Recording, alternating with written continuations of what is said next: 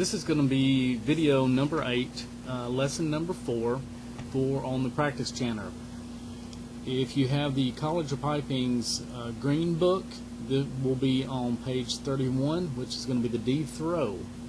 I've done the disclaimer on most of the other videos. Hopefully you've seen that there. I'm not going to spend the time on the disclaimer. The D throw is going to be the first real multi-note embellishment. There's the GDE that we went over last time, and then this one is going to have either 3 or 4 notes in it. It's always going to be written the same in the music. Again, if you've got the College of Piping's green book, look on page 31 and you'll see how it's written and how it's played. There are 2 different D throws. There's what's called the heavy D throw and the light D throw, or type 1, type 2. And it's called a D throw because you will end on a D. When you complete the movement, you'll be on a D, and you feel and almost look like you're throwing the top part of your bottom hand off the chanter. So that's where the throw part is. So it's a throw on D, or D throw.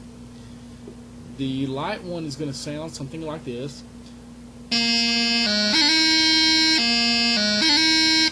The heavy is going to sound. You'll notice it sounds a little more bubbly. The reason for that is it's got an extra note in it. I'll show you the light throw again. From any note, the throw actually starts on low G. So if you play a G, then do the D grace note onto a C.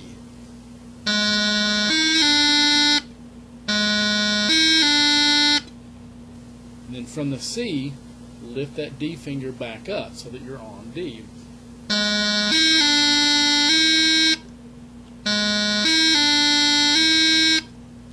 When you've got that down, practicing nice and slow as we've talked about before, you can start evening it out a little bit.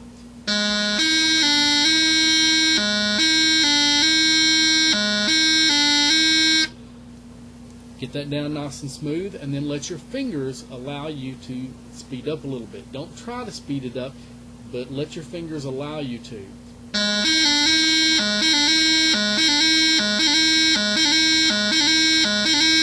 If at any point they start having problems and it starts getting muddy or off, that's as fast as you need to go. Slow it back down and work your way back up. The heavy D throw, instead of going from a low G, D grace note onto C, you'll still do the D grace note, but you'll come back to low G.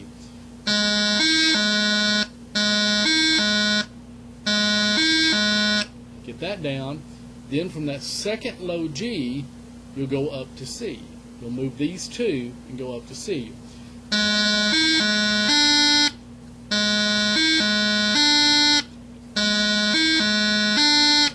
And then up to D.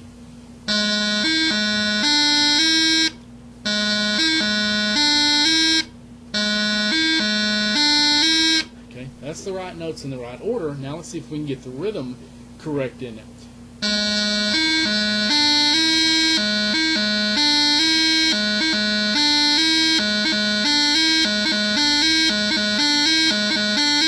At that point, when we get to that speed and that rhythm, I tend to tell people, listen for the Munsters. The heavy D throw, when practicing it as an exercise, to me sounds like the beginning of the Munster show.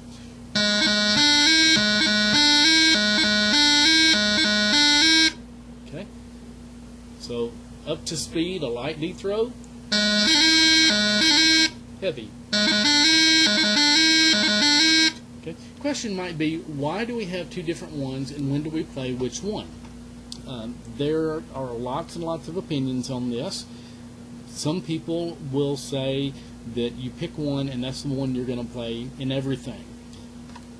Others will play one of them in one circumstance, one in another. If you're going to be playing pibroch, the classical music for the pipes, you definitely want to be able to play the light D throw. You can also use the light D throw in the light music, so therefore you can learn that one and use it in everything. Some people in some bands like using the heavy D throw in light music, marches, stress, bass reels, jigs, hornpipes, and my understanding is that in pibroch it's always the light. My suggestion would be proficient with both of them. There are other embellishments that are going to be much harder than the D throw, so if you can play those and you can play all these other embellishments, there shouldn't be any reason why you can't play both the heavy and light D throw equally well and be able to use them as needed, either to match a band you're playing with or for a different band. So find yourself some exercises. Hopefully they'll be in your book, or you'll have another book of embellishments, and enjoy your D throws.